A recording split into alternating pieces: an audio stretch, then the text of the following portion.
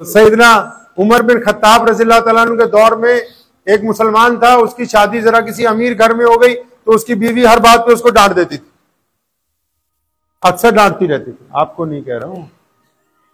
तो उसकी बीवी डांटती रहती थी उसको, तो वो बड़ा परेशान हुआ। उसने अपनी बीवी से एक दिन कहा कि मैं तुम्हारी शिकायत मुसलमानों का खलीफा अमीरुल मोमिनीन उमर बिन खत्ताब रज़ियल्लाहु तआला अन्हु से। अब वो मदीना मुनव्वरा पहुंच गया। अब जिनको कोई काम होता है उनको भी वही जल्दी बहुत होती है। अब वो मस्जिद नबी में पहुंचा, दोपहर का टाइम था, अरब में रवाज है आज भी, जोहर से असर तक कोई मुलाकात नहीं, आज भी रवाज है। अब वो दोपहर के टाइम पहुंचा, अभी खलीफा कहाँ है जी? वो तो घर चले गए। घर कहाँ है? यदि वो सामने इधर गली में ही है। तो घर ही पहुंच के जब दरवाजा खटखटाया तो हजरत उमर रज़ियल्लाहु तआला ने अभी जवाब नहीं दिया, उनकी बीवी की आवाज आई, हजरत उमर के नाम। फरमाया देख ये पतंदर पीछे ही आ गया है, ये तेरी जान के दुश्मन पीछे ही आ गए, तुम्हें चैन ही नहीं, इनके अलावा इन्हें भी चैन नहीं तेरे अलावा। अब जब उसने देखा भी खलीफा की बीवी खलीफा को डांट रही है, तो ये तो आया अपनी बीवी की शिकायत लेके था। तो हजरत उमर रज़ियल्लाहु तआला हंसने लगे। उनकी बीवी बड़ी जलीलुल कदर सहाबिया में से थी, तो अपनी बीवी को हंसते हुए कहा कि इजाजत है सुन लूं? पर मैं हाँ सुन ले, तेरा काम ही सुनना है, सारी दिहाड़ी इनकी, जा सुन ले। अब जब दरवाजा खोला तो देखा वो बंदा वापस जा रहा है। अब उसको आवाज मारी कि भाई मेरी बात सुन, क्या बात है बता। तो वो दूर से क्या कहता है? कहता है मेरी वाली तुम्हारी वाली से ठीक है, हमारे हालात इतने ज्यादा खराब नहीं, जितने तुम्हारे खराब है इतने हमारे नहीं खराब। तो हज़रत उमर रज़ियल्लाहु अन्हु ने क्या फरमाया?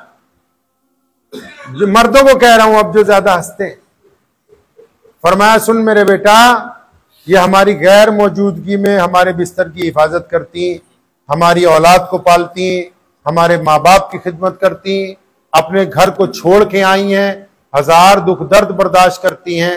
अगर हम इनकी सुन लेंगे तो फिर लोग तुम्हारी सुनते रहेंगे। और मैं कोई बात नहीं, अगर तुम इसे बर्दाश्त कर लोगे तो इस्लाम ने, शरीयत ने मर्द उसको कहा है जो औरत को, जिन घरों में लड़ाई होती है उनका जिम्मेदार औरत नहीं है। ये सारी बहनें खुश ना हो जाए जरा ज्यादा, आपको बता, लड़ाई की असल जिम्मेदार औरत नहीं है, मर्द है। क्यों? अल्लाह ने इसे कुव्वत बर्दाश्त ज्यादा दी है ना भाई,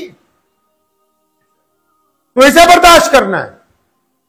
ये जो मेहर देते हैं हम, निकाह में मेहर देते हैं, बहुत सारे बेवकूफ ये समझते हैं कि शायद इसमें कोई तलाक का पंगा आ रहे। बेवकूफ आदमी, इसमें कोई तलाक का लेना देना नहीं है। मेहर तो टोकन ऑफ लव है, एक जिम्मेदारी के लिए पेश की रकम है कि ये मेरी तरफ से सोने का टुकड़ा या मेरी तरफ से ये रकम मेरी बीवी को पेश करें कि आज से मैं तैयार हूं तेरे नखरे उठाने के लिए। तैयार हूं मतलब तुम अपने घर को छोड़ के, माँ बाप को छोड़ के, भाई बहनों को छोड़ के एक नए घर को सहारा देने के लिए आ रही, तो मैं तैयार हूं तुम्हारे नखरे बर्दाश्त करने के लिए। इसको ही कहते हैं ना मेहर। तो इस काम के लिए कि हम जिम्मेदारी उठाने के लिए तैयार हैं। लेकिन इसके साथ मोहम्मद रसूलुल्लाह सल्लल्लाहु अलैहि वसल्लम की अज़वाज मुतहरात की जो जिंदगी है, उन्होंने औरतों को भी यह समझाया कि अगर खामिद राजी नहीं है तो फिर आप रब को राजी नहीं कर सकते। अगर आप नाजायज मामलात में, मर्द औरत की बीमारी में पहचाना जाता है, जब औरत बीमार होती है तो मर्द की आजमाइश होती है, और औरत मर्द की मुफलिसी में पहचानी जाती है कि जब जेब में पैसे ना हो तब भी इसकी लिस्ट कम होती है कि नहीं होती है। ये गाड़ी का वो पहिया है जो बराबर चलेंगे तो घर खूबसूरत। तलाक लेने वाले लोग बदबख्त हैं, वो नामर्द हैं। वो मर्द और औरत कामिल ही नहीं है जो इस रिश्ते को तोड़ के चाहते हैं। वो इस रिश्ते को नहीं तोड़ रहे, वो बच्चों के सिर से मां बाप के साए को अलग करने के लिए चाह रहे हैं।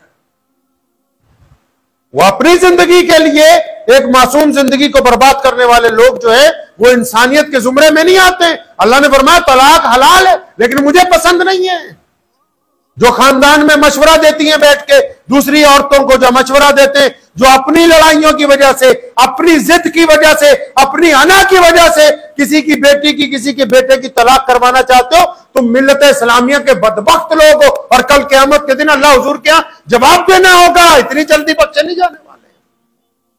यह क्या समझा कि मामला यहीं पर खत्म हो जाएगा? जिस बच्चे ने तुम्हारी वजह से यतीमी की जिंदगी गुजारी होगी, क़यामत वाले दिन उसके मीजान में भी आपको रिश्तेदारों को लाके खड़ा किया। आप बताओ कि क्या वजूहात थी कि इनकी जिंदगी अच्छी नहीं चल सकती थी और तुमने इनको मजबूर कर दिया आपस के अंदर। तो दो टुकड़े करने के। ये कोई मुश्किल काम नहीं है, ये इतना बड़ा रिश्ता है। इस रिश्ते की अहमियत कोई नहीं समझते। पीछे जाएं, कुरान पढ़ें, और पीछे चले जाओ, दुनिया का सिरा नुक्कड़ पकड़ लो। अल्लाह ने आदम अलैहिस्सलाम को दुनिया में जब भेजा, जन्नत में जब भेजा बना के, आदम अलैहिस्सलाम को, हमारे अब्बा को, जो कायनात के सबसे पहले इंसान है, तो जब वो जन्नत में आए, अल्लाह ने उनको जन्नत में भेज दिया, तो बड़े मियां उदास रहते थे, अकेले थे। अब फिर एक दिन अम्मा हव्वा की पैदाइश हुई। मुफस्सिरीन ने लिखा है, अल्लाह ने जब पहली खातून को दुनिया में भेजा तो मुकम्मल लिबास में थी। अब तक जितनी औरतें दुनिया में आई, सबसे ज्यादा खूबसूरत हम सब की मां अम्मा हव्वा अलैहिस्सलाम। अब मसला था रिश्तेदारी शुरू करने का, तो सबसे ज्यादा महबूब रिश्ता मां बाप का नहीं है, भाई बहन का नहीं है। सुनो, अल्लाह ने कायनात में जब रिश्तेदारी शुरू करनी थी इंसानों में, आदम अलैहिस्सलाम को फरमाया ये तेरी बीवी है। यानी इंसानों में जो पहली रिश्तेदारी की, वो मियां और बीवी की रिश्तेदारी। अल्लाह को ये रिश्ता इतना ज्यादा पसंद है। अल्लाह चाहते तो माँ बाप अलग अलग पैदा हो सकते थे, अल्लाह चाहते तो पहले भाई बहन पैदा होते, अल्लाह चाहते तो जोड़े बना के भेज देते, नहीं। लेकिन अल्लाह को ये रिश्ता है ही इतना पसंद कि कायनात बनाई तो सबसे पहले मियां बीवी का रिश्ता, कायनात में पहला रिश्ता, पहला मुआहिदा, पहली संधि आपस में जो की जा रही है, पहला एग्रीमेंट, कुछ भी नहीं है उस वक्त। कौन सा रिश्ता पहले बनाया? मियां और बीवी का रिश्ता। इतना मुकद्दस रिश्ता जिसे अल्लाह ने दुनिया की शुरुआत के लिए पसंद किया हो, और जिन लोगों को अल्लाह ने ये रिश्ता अता कर दिया, जिनको ये मौका दे दिया कि तुम मियां बीवी बन के बेहतरीन जिंदगी गुजारो, वो एक का मुंह दाईं तरफ है, एक का मुंह बाईं तरफ है, अपने अपने व्हाट्सएप पे लगे हुए हैं। अरे नालायकों, कभी उस रिश्ते की भी कदर करो जो मोहम्मद रसूलुल्लाह सल्लल्लाहु अलैहि वसल्लम के सदके अता होता है। कदर करें इसकी इंशाअल्लाह ताला हमेशा, जब तक अल्लाह करीम ने, और इसमें वफादार रहें, वफादार रहें। जरूरतें सारी नहीं पूरी हुआ करती, ख्वाहिशें बादशाहों की भी नहीं पूरी हुआ करती। मर्द कलंदर वही है।